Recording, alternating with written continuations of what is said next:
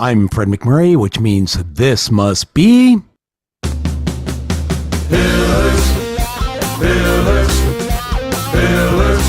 of franchising. Pillars of franchising.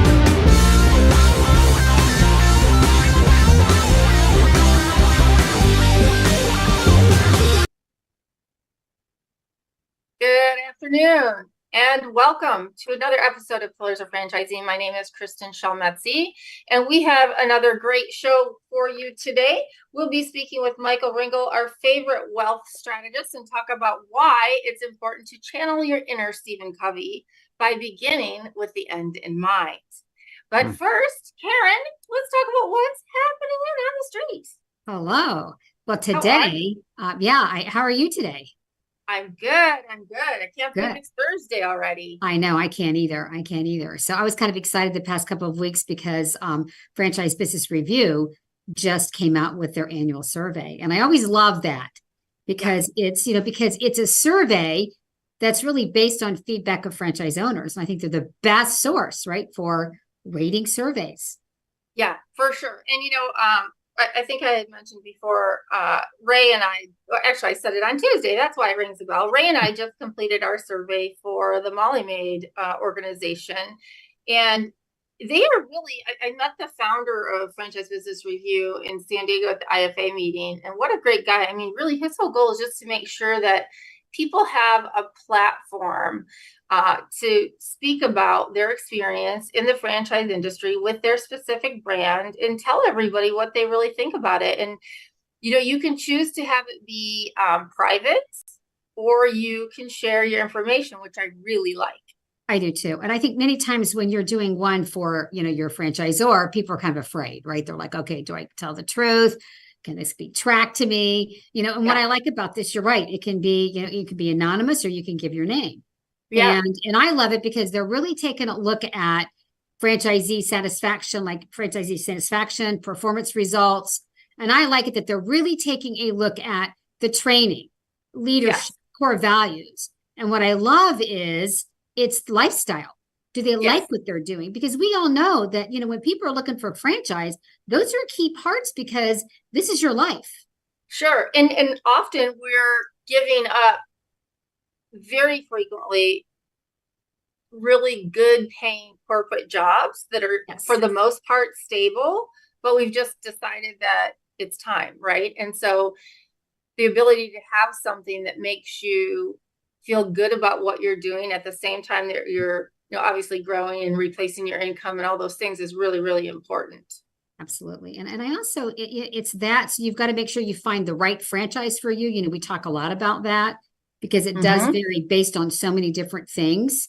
Yeah. And what's great about this survey is they really break it out into categories. I mean, they've got for women, top franchises for women, top franchises for veterans, top franchises for food, best multi. So if you think about it, you can pretty much slice and dice it each way as you're trying to make a decision about what type of franchise is for you.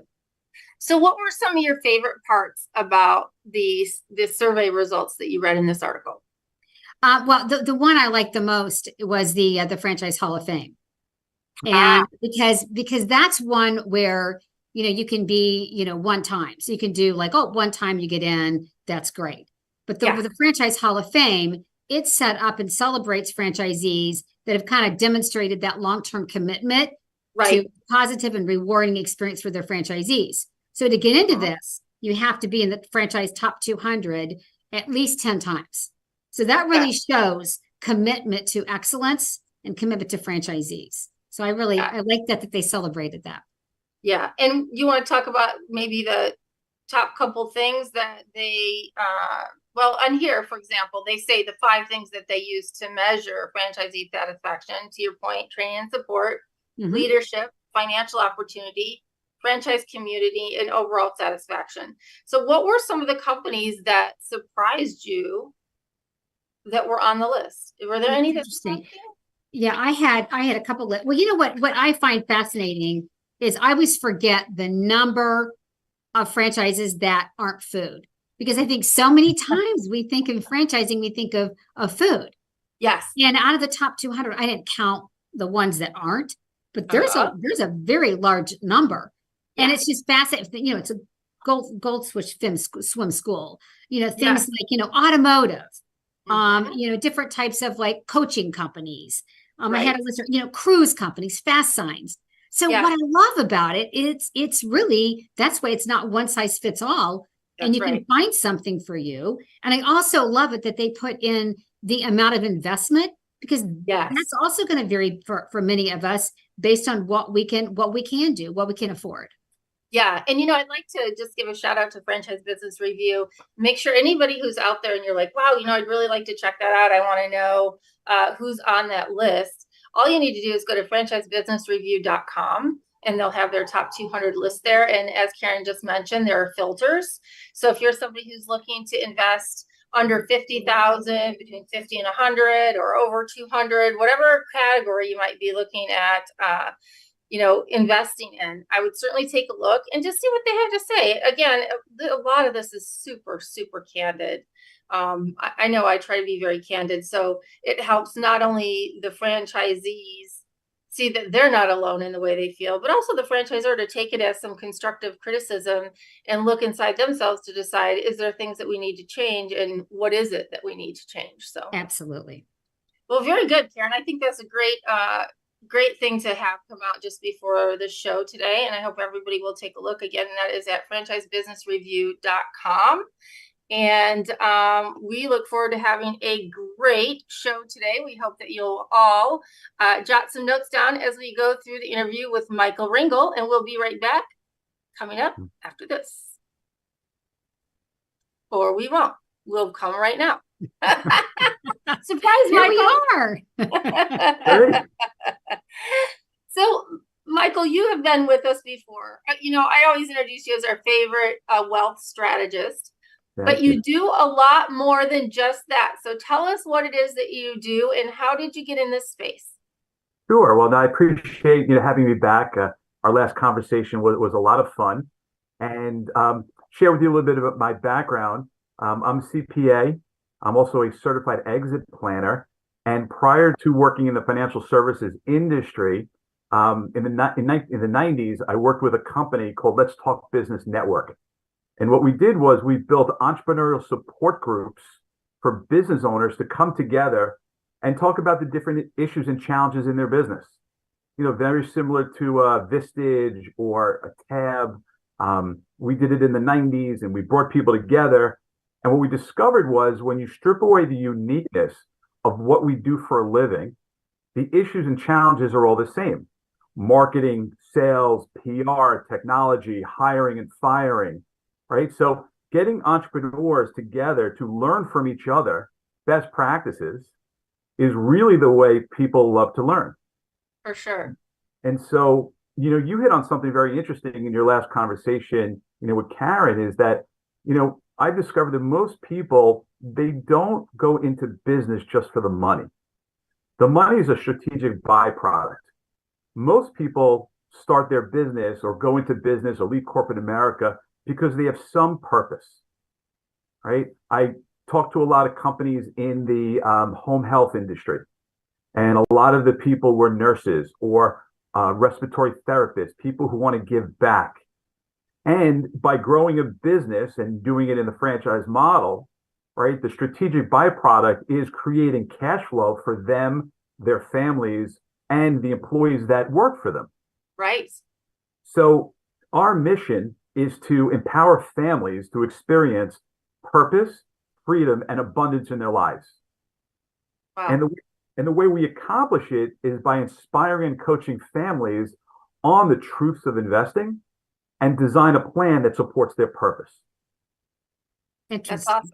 That's a big order. Yeah. As we delve into these questions, because I'm going to let Karen start us off, but I want to remind everybody, because this is a topic that many of you are probably interested in. We do have a call-in number, which is 323-580-5755. Occasionally, you'll see it run across the bottom of your screen if you happen to be watching. But again, it's 323-580-5755. If you have questions for Michael or some in general franchise questions that you'd like to ask that you feel are relevant. Go ahead, Karen. Yeah. No, I was just going to say, so when do you feel people truly need to begin the planning process? Sure. And then also even the exit planning? Karen, that's a great question. Kristin, I think you brought it up before, in Stephen Covey's book, The 7 Habits of Highly Effective People. I think it's the eighth part of, sharpening the saw, but then it's the end in mind, right? So most people know how to get into business. They buy a franchise, they have a system. So the second day in business is the day they should start thinking about how they're going to exit their business. And they may not exit for the next 5, 10, 15, 20 years. But what if you were exit ready? What if somehow you started planning and then somebody along the way came to you with the largest check you've probably ever seen in your life and says, I want to buy your business. Are you ready to exit? Last year, my colleague and I had 3 companies that were in that position. 2 of them sold for $30 million. Owners were exit ready. They knew exactly what they were doing with the money. They knew exactly how it was going to transpire, but they weren't looking for it, right? Yeah. They just, venture capitalists came along and said, we want this business. They saw the opportunity and they went for it. So for the last, I would say, 15, 20 years, we've been working with entrepreneurs and business owners, really focusing on their exit planning, because we all know with 100% certainty that you're going to leave your business someday, right? Either it's going to be on your terms, it's going to be on somebody else's terms, and most business owners haven't planned on it, and there's no dress rehearsal. Right. A lot of times you don't get a second shot at this. So how can we put a plan together to help you become exit ready? From the business point of view, we could talk about looking at the personal point of view as well, but we start focusing on, what's the purpose of your business? What are you looking to get out of your business? What's the value of your business? Right. Well, that seems like right now, now I will say, I think a benefit to franchising is that they tend to prepare franchisees to at least have a kind of a good sense of what the business is worth. But that can be a really intimidating question, Sure. So how do you get to the bottom? I mean, you help entrepreneurs and franchise owners. Do you find that one is, they've got to be very different in how you deal with them, right? Yes and no. It's interesting because most business owners don't get a valuation of their business, right? And the reason is that it's typically expensive. Yep. You have to hire an accounting firm to come in and disrupt 2 to 3 days of getting financial data. And as entrepreneurs, we go. We're working in the business, not on the business. Well, we use technology, right? Basically big data that's out there, very similar to if you wanted to value your home, right? You go to Zillow.com, it uses big data, it gives you an approximate value of your home.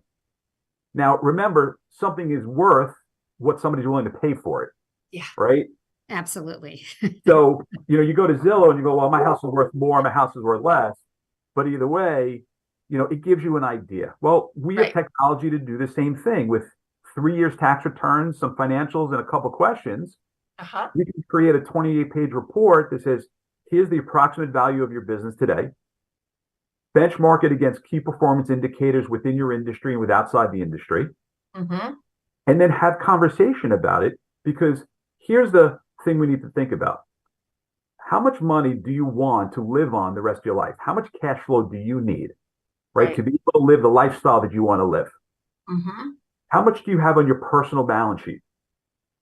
And a lot of entrepreneurs don't realize that their business balance sheet, right, goes on their personal balance sheet, right? You own a business, it's an asset. Yep. Well, will the net proceeds of that business, when you take into consideration taxes, and taxes come into play if you decided to use your old 401k right, to purchase the business, right? We need to figure out how to get out of that situation, because when you sell the business, all of that is going to be ordinary income when you take it out. Yes. Capital gains tax if you didn't use your old 401k from the corporate world to pay for the business. Yep. That's actually a really good point. And I think that's where it's great that not only are you a wealth strategist, but you are a CPA, because people like me, I was tempted to do a 401k rollover, Yeah. but because of that very fact, my CPA said, you pay now or you pay later. And I said, I'd rather just pay now. Yeah. So we rolled it into a Roth, paid the tax, Right. to hopefully minimize the day that we decide to exit.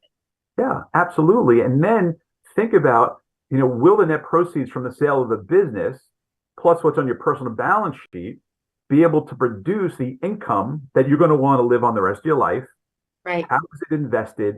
Do you have any guaranteed income? What does it look like? And if there's a gap between the two, well, then how do you add value to your business over the next 10, 15, 20 years so that you get the number that you can plug and play into the planning that says, okay, this number will allow me to live that lifestyle. See, that's the key reason why you do it up front, right? So then you're not years later when you want to exit to say, whoops, Right. we didn't do that. And Yeah. it's too We're going to work at Walmart part-time. Exactly. Yeah. Exactly. Because I think Yeah. people don't think about that going in. No, I mean, I can't tell you how many people, you work so hard in your business every day and then turn around one day and to you, because of the blood, sweat, and tears and the sweat equity you put into your business, a lot of entrepreneurs believe that their business is worth a lot more than somebody's willing to pay for it. It's just a common thing, right? Because it's your baby. It's what you've been working on. Of course, wouldn't somebody want to pay that or want that? Yeah. Yeah. So when you discover that it's not that way, then it's devastating and you may have to change your lifestyle. Yeah. Like, for example, there's a company that I was working with that decided that they chose not to sell the business because the net proceeds would not allow them to live the lifestyle. And what they did was they brought in professional management and they paid them handsomely and turned their business into basically an ATM. And the professional management will run the business forever. Yep. And they're just pulling out cash, spending an hour or two a week, maybe in the business. Right. And it's producing more income for them. Well, that's interesting because I have had that conversation with several people over the last few weeks. As people start to, on their terms, calling it aging out or wanting to retire. And, I thought, well, geez, as long as my business is making money, do I really want to get out? Right. I mean, right. And I think that's a great strategy. But let me ask you, so in doing that, and then again, beginning with the end in mind, when you set up your corporation, we talked a little bit about that pre-tax, your 401k money. Right. That really drives or should drive whether you're an S Corp, a C Corp, or an LLC. Should it not all kind of play in part of the same formula? Absolutely. Well, when you're an LLC, you would declare how you're taxed, right? Okay. When you create the rollover, right, you have to be a C Corp. Yeah. Yeah. So, and there are pros and cons to that, right? If you keep money in the business, if you retain earnings, you're taxed at the corporate rate, but when you take it out, you're taxed again, which brings it up to what you would have been taxed at the S Corp anyway. So there are ways, even if you have an S Corp now or an LLC that's taxed as an S Corp, it may be advantageous to create a C Corp management company to be able to move some of those retained earnings in there because you may not need it for a while. Interesting. So that's one of the things that we're seeing a lot of companies looking into. The other thing most business owners don't know is that, when it comes to employee retention, employee benefits, they know what 401k is, right? They put it together most of the time because they want to retain their employees. Yes. But they don't use it effectively in order to minimize taxes. For example, you can add on top of a 401k, and what people typically do is they go to their payroll company, and the payroll company says, just put together the 401k for me and just manage it. But what if you have a very profitable year? Well, you can create a profit sharing plan on top of it and put more money away for you, the owners, than just the, $22,000 a year plus match. Do you have to offer that to your employees too, or can you do it just as owners in that 401k? So it's a great question. The eligible employees, right, the way the IRS works is that in order for you, the business owner, to get the benefit of putting away a lot more money, you have to give some to the employees. Right. You can't discriminate. Yeah. But here's the thing. Let's say you have a business that is producing a lot of income for the last few years, and it's going to continue to grow. Mm-hmm. Well, there are plans that you can combine with the 401k profit sharing called a cash balance plan.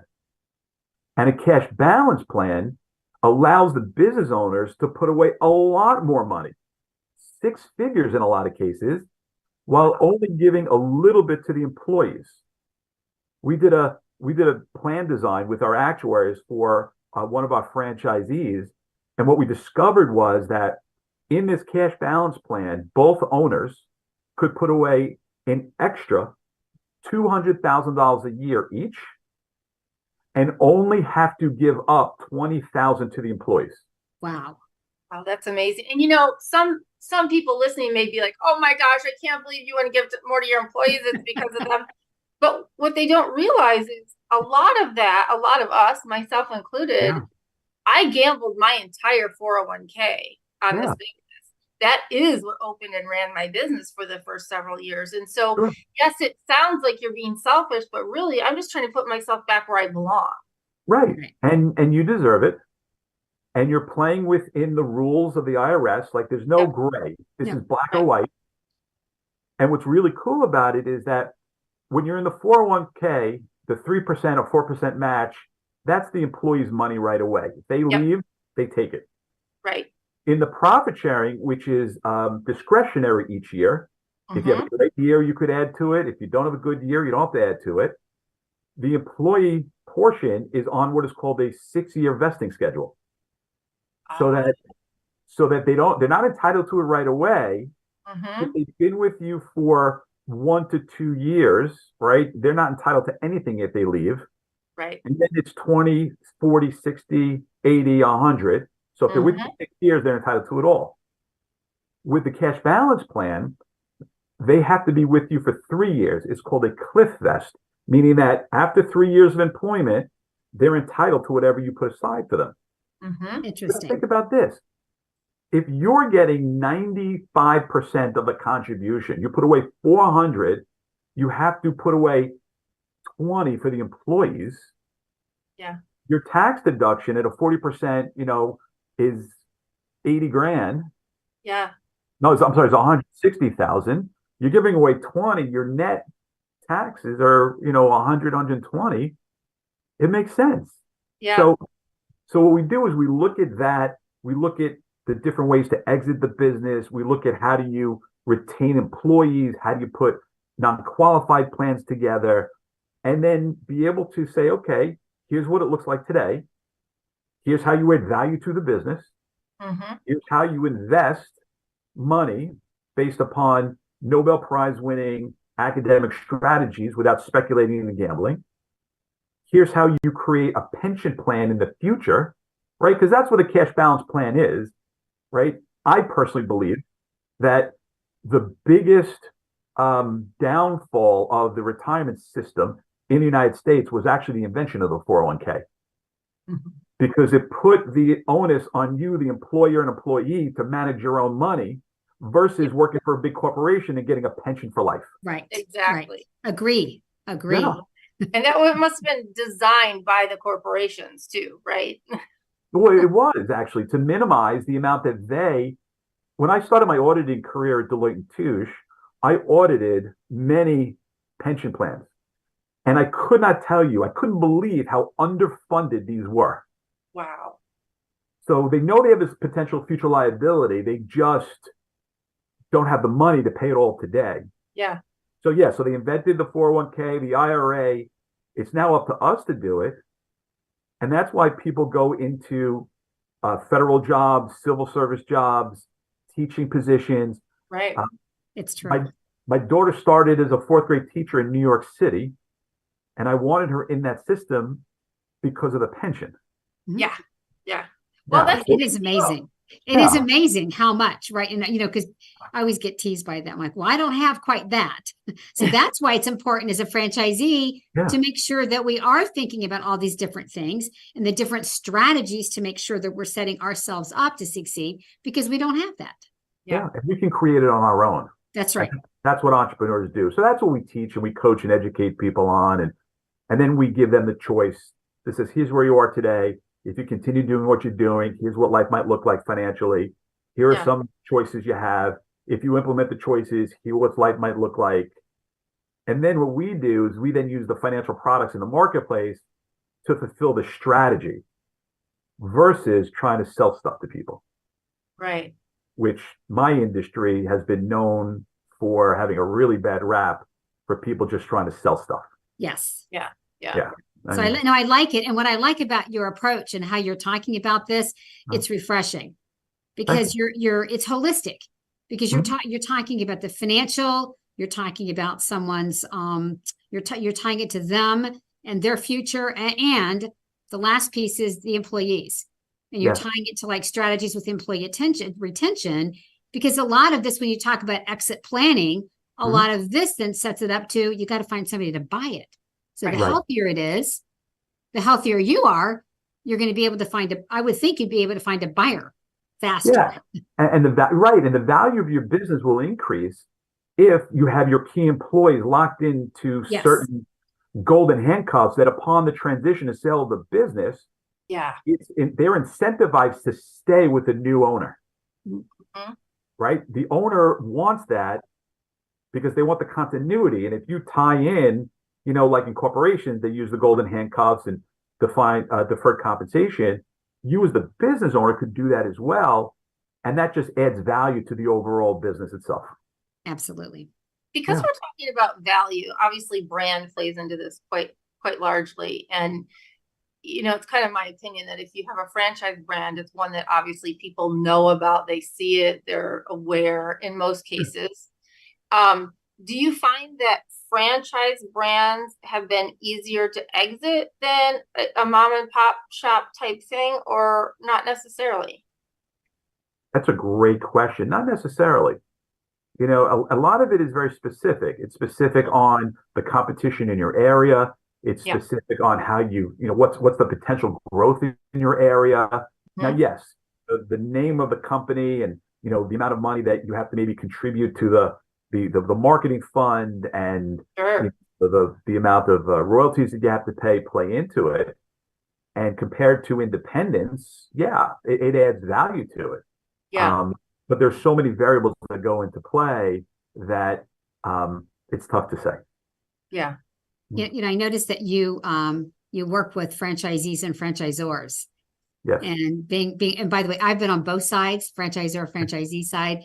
And, it's interesting because there is a little bit of if you want to call it friction many times. I mean, many times franchise associations are kind of formed because there's kind of some kind of dispute or, whatever. A lot of times it's that way. It's not necessarily positive. I mean, do you find that to be the sentiment of people you work with? And, what are your thoughts as far as working with the franchisor or franchisee, and what's in it for both to work with you? I mean, we know the franchisee, but what about the franchisor?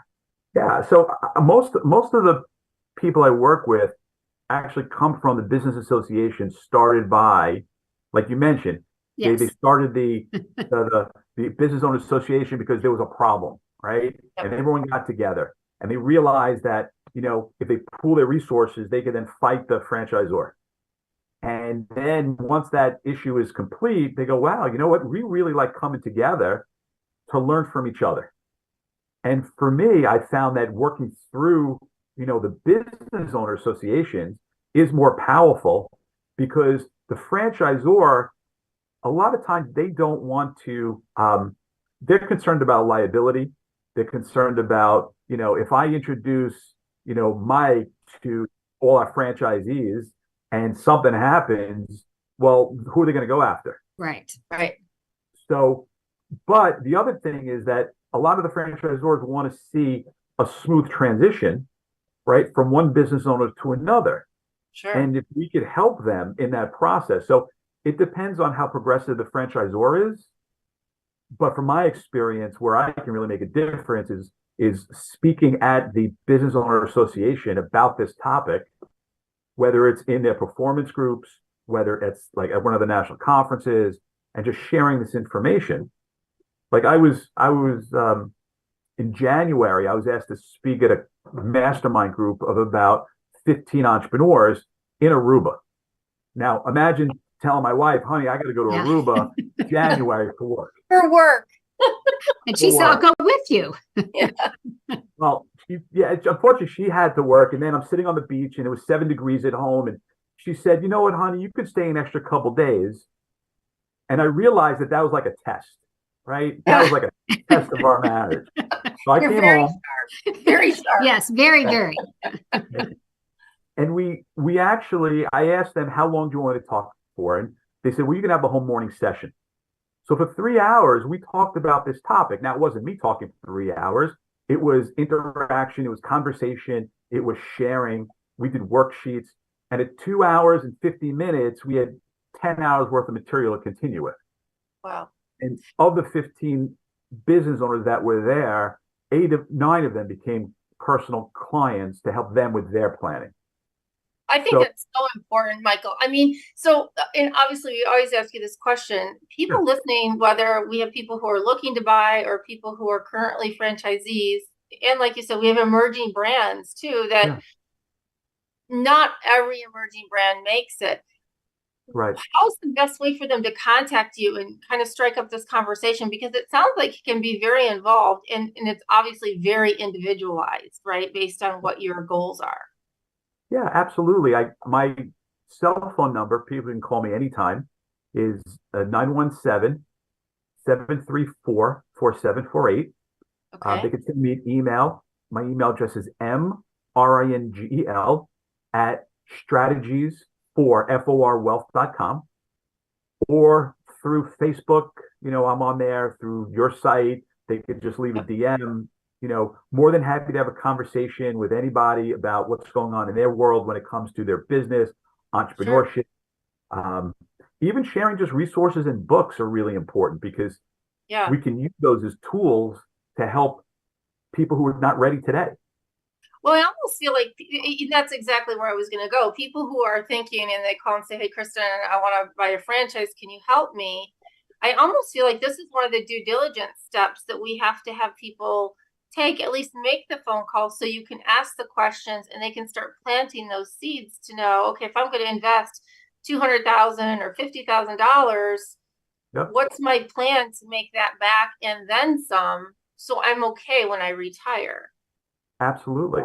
Yeah. And there's no cost to have a conversation, right? We can schedule a time to meet, to talk. I love learning about entrepreneurs and business owners, especially since we started doing this as far as the support community for entrepreneurs. Thank you for inviting me on the show. I love talking about it because there's nothing better than seeing somebody realize their life's work. Yeah. Again, it's not just about the money, it's about, the purpose. Yeah, absolutely. Well, and I think that more and more people would feel more comfortable going into business, whether again is, individualized or whether it be a franchise, if they had a very clear vision. I know that's something I sort of had, right? But not down to the details, where now as I age, I'm like, whoa, I better get it together. and don't you think the franchisees, that the ones that I worked with, the ones that did have the plan, that had kind of a grasp on it and that had the exit plan going in, I felt as if they weren't as, if you want to call it, fearful, that they were much more confident. And I think their decisions were more of strategic decisions instead of just kind of the moment to moment. So there's a calmness there. Well, then they wind up like Ray, traveling all over the country. I know. Right? Yeah, we all want to be like Ray. He's living the high life, checks in now and then, but who knows where he pops up next. I mean, really, and that's fantastic. Michael, I just want to thank you again for coming on, because I really think this is something that people should not be afraid of. It's got to be one of those preparatory steps before you make the leap into business ownership. And we're really glad to have you as part of our group. So I just want to say thank you. Thank you. I appreciate your time. It's always a pleasure. Great Yes, talking and with you. we'll have all your contact information on our website. So if anybody's interested, don't hesitate to go to pillarsoffranchising.com and you can look up Mike's name and you'll find him there. And we're going to go to break, but I want to remind you, we do have a call-in number today of 323-580-5755. We look forward to hearing from you, and we'll be right back after this. Hey, franchise owners. How's your local marketing? Do you feel like you could use some help keeping up with your social media posts and comments and reviews? Do you wonder if you could be doing more to attract local customers? Are you able to identify new move-ins to your local area? At Westvine, we help franchisees like you reach more local customers through digital marketing. With daily monitoring, creative content, and ad placement, and customer data intelligence, we'll get your business in front of the people who want your products or services. We also work with franchisors who need an agency to handle the digital marketing for all of their locations. If you're ready to reach more local customers, give us a call at 805-265-5440 or visit us at westvine.com. That's 805-265-5440 or westvine.com. I have to give a huge shout out to Westvine because if any of you out there have owned a small business or are currently in the throes of it, oh my gosh, the local marketing requirements in terms of just keeping up with social media is mind-numbing. Jerry, do you feel my pain? I feel your pain. One of my businesses does almost all of their client recruitment through social media platforms now. So Yeah. if you don't do it, you need to be doing it. And if you start doing it, you're only going to keep growing in that segment because it continues to move more and more that way, especially as our population gets younger and younger. Not like me. Or me. But hey, welcome back. Oh my gosh. I feel like every time I see you, you've changed a little. We wait so long. Well, I'm older and fatter. Is that what you're speaking of? I was going to say you look a little more toned, but if you want to go the opposite way, that's okay. I mean, I wasn't going to go there, but. I appreciate that. Fred is on the. Did you see he tried to replace Karen with Ray in the middle of your segment? Oh, I saw that. That was disappointing to all of us watching. Nothing against you, Ray, but we didn't want to trade you and Karen. Okay. I think he was just making sure that Ray was paying attention. I got it. Well, Yeah. We have a series now that we're going to start today. Yep. Sure. Yeah, I just got off. I served on a panel with some really smart people. They put me on there for eye candy, I think. So I was in amongst a group of really smart people talking about the new joint employer rule that has been rolled out. And so we're going to do 3 weeks. Actually, it's over 4 weeks, but we're going to do 3 segments on it so that we can try and bring people up to speed with today's history of what has gone on. And then week's Thanksgiving. So that'll be a whole other thing. And then in 2 weeks, we're going to do some comparisons of the past and the present so that everybody gets a good feel for why there's concern about it. And then in 3 weeks, we're going to talk about what if this actually happens. What does that look like as a franchisor and a franchisee? That's right. The big if that we're talking about is joint employership, correct? Joint employer. And this is, let's start the history lesson. This has been going on for 15 years or more. It started primarily because of the slow but inevitable death of unions and their lack of being able to recruit new members. And now I want to, before I get hate mail, I want to let everybody know I was a member of a union for a couple of years. My father was a union member and worked on the management team of a union for many years. Unions had their place. In some cases, they still have their place, but it's not our fault. You can't recruit people. And so don't screw up the franchise model in order to fix a problem you've got. So anyhow, that's where it started. And then they got their handmaidens in Washington, D.C. to carry the water. So this has been going on for 12 to 15 years. It has been through Congress 4 or 5 times and got voted down every time. not once or twice, every time. And then, you know, in 2015, excuse me, during the Obama administration, the NLRB came out with a rule that changed what had been the precedent for joint employer designations over 40 years. So 40 years. Their definition of what defines joint employership is what really sparked a lot of this. That's exactly right. Okay. Because what it does is it literally puts the onus on a franchisor to be responsible for the franchisee's employees. So in other words, a union can't organize 7 employees in one of my locations. They can, but it's difficult because there's thousands of them, of those locations. But if they were able to get some way put in place to put the onus on a corporate franchisor where they're held accountable for 40,000 employees, it becomes much easier to, you know, implement some sort of an organizational type thing. So that's kind of that's the baseline of the history on this thing. But it has gone back and forth. It's been shot down many times. It is rearing its ugly head again right now. And the NLRB, literally in this case, in the last 3 changes. So in 2015, when it got changed, there was a change to the makeup of the NLRB management team. Okay. And then under President Trump, the management team changed back. And now under President Biden, it's changed back again. So literally it is following the changes to administrations right now as to what's going to be going on. And I got to tell you, many franchisees aren't paying attention to it right now, but franchisors have. Okay.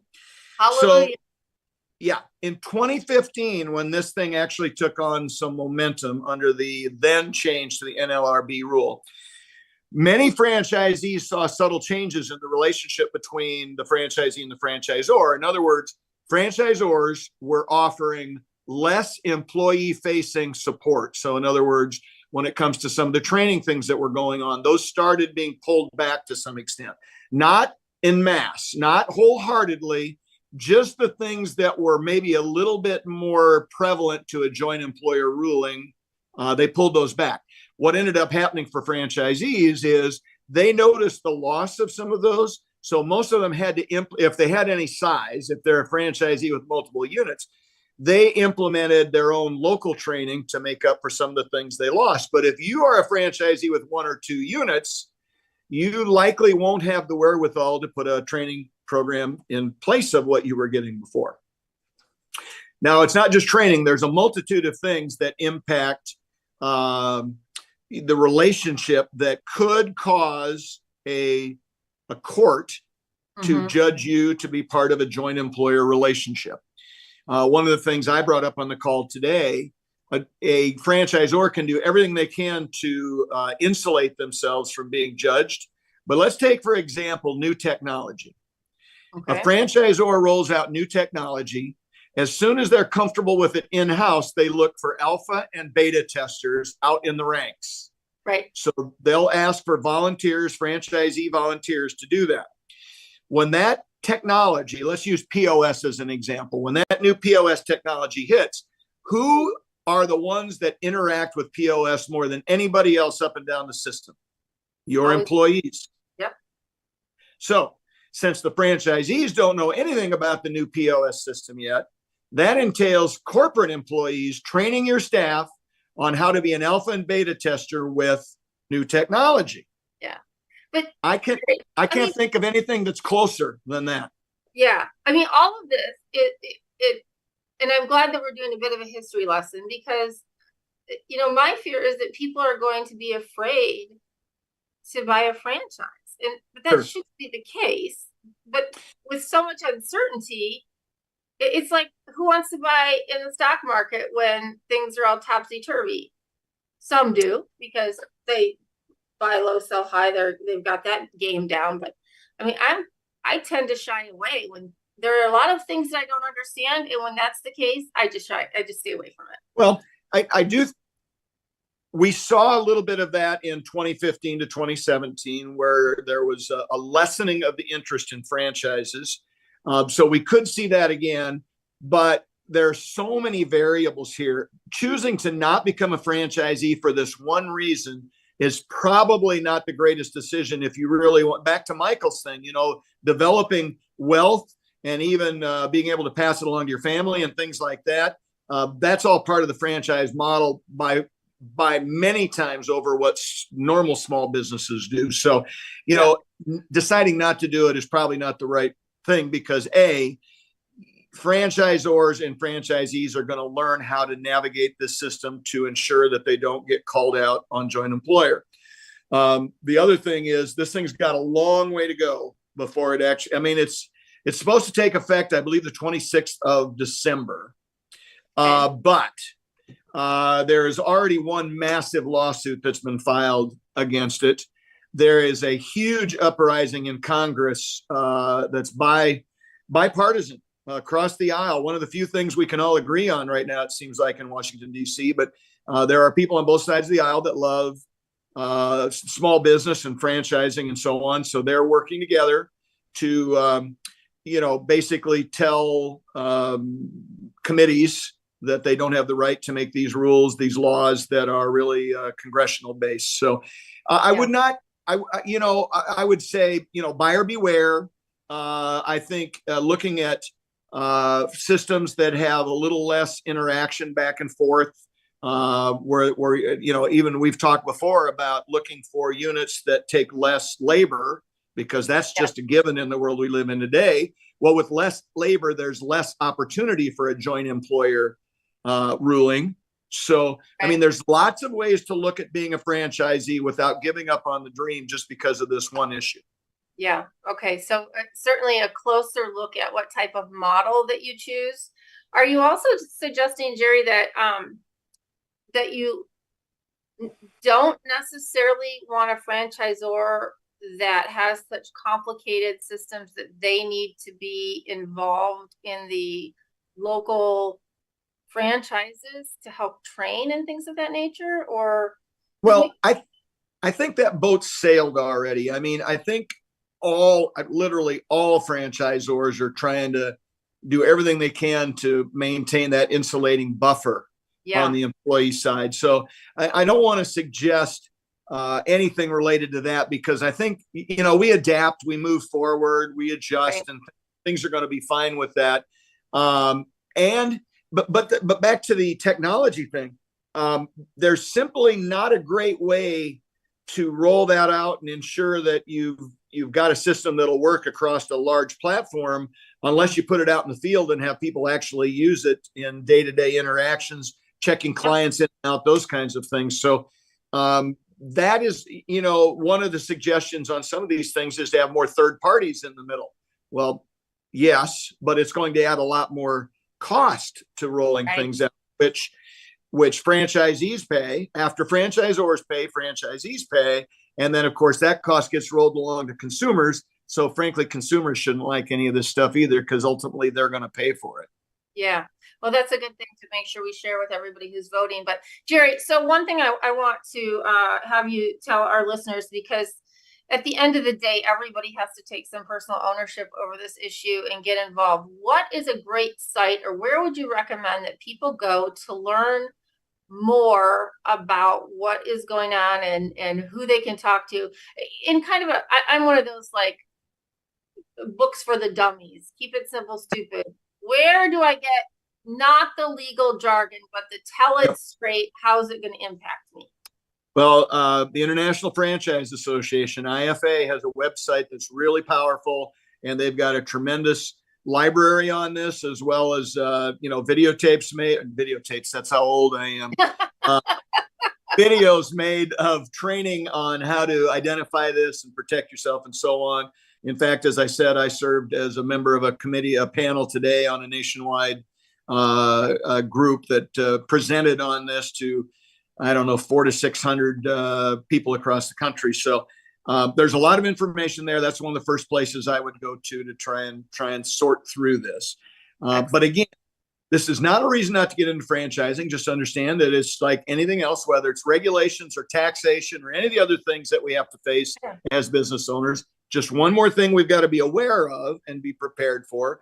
If you're a prospective franchisee, consider the labor side of things, not just because of joint employer, but because labor's tough now and may get tougher. So look for things that take a little less labor, or what I like to look for right now, things that have taken a fair amount of labor, but are now becoming so mechanized, so industrialized that they've figured out ways to use AI and computers and software and all of those kinds of things to gradually squeeze down the amount of labor that it takes to run.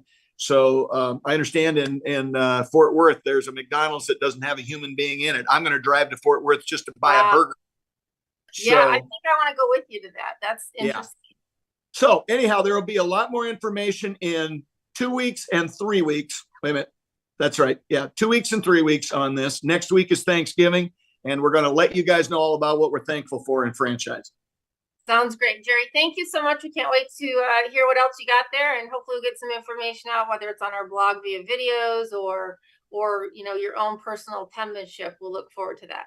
Sounds great. Thanks, Kristin. Thank you so much, Jerry. 50 graduates resulting in 7 new franchisees owning 8 franchise brands, more than a dozen skilled graduates who are employees of franchise companies, all of them having earned a concentration in franchising exclusively granted by the Titus Center at Palm Beach Atlantic University, plus more than 80 franchise professionals on our advisory board. The Titus Center for Franchising is on fire in West Palm Beach, Florida. What do you need to join us? My students want to hear from you. They may even want to buy your franchise or work for your company. TitusCenter.com. And we'd like to thank you all for joining us on the show today. Certainly, if you're thinking about getting into franchising or any kind of business, please be sure to take some notes on some of the things that Mike Ringel shared with us today. I think he's got a wealth of information that would help everybody in that situation. A big shout out again to Jerry Akers, who's out there helping us fight the joint employership, along with the IFA president, Matt Holler. We certainly appreciate everything that those folks do to help protect the franchising model. Thank you to our resident experts and Million Dollar mentors, Ray Pillar, Karen Kimsey Sword, Jerry Akers. My name is Kristin Selmeczy. I am your 4th Million Dollar mentor. And be sure to tune in next week at pillarsoffranchising.com or wherever you get your podcast, 4 p.m. Central Standard Time, for yet another episode of Pillars of Franchising. We'd like to wish you all a happy holiday Thanksgiving week and season. And we look forward to seeing you right here again next week. Thank you to our producer, Fred McMurray. He gets really mad if I forget him. So we'll see you all next week. Have a wonderful day. And remember, when you're in franchising or getting into it, success starts here at pillarsoffranchising.com. Have a great week.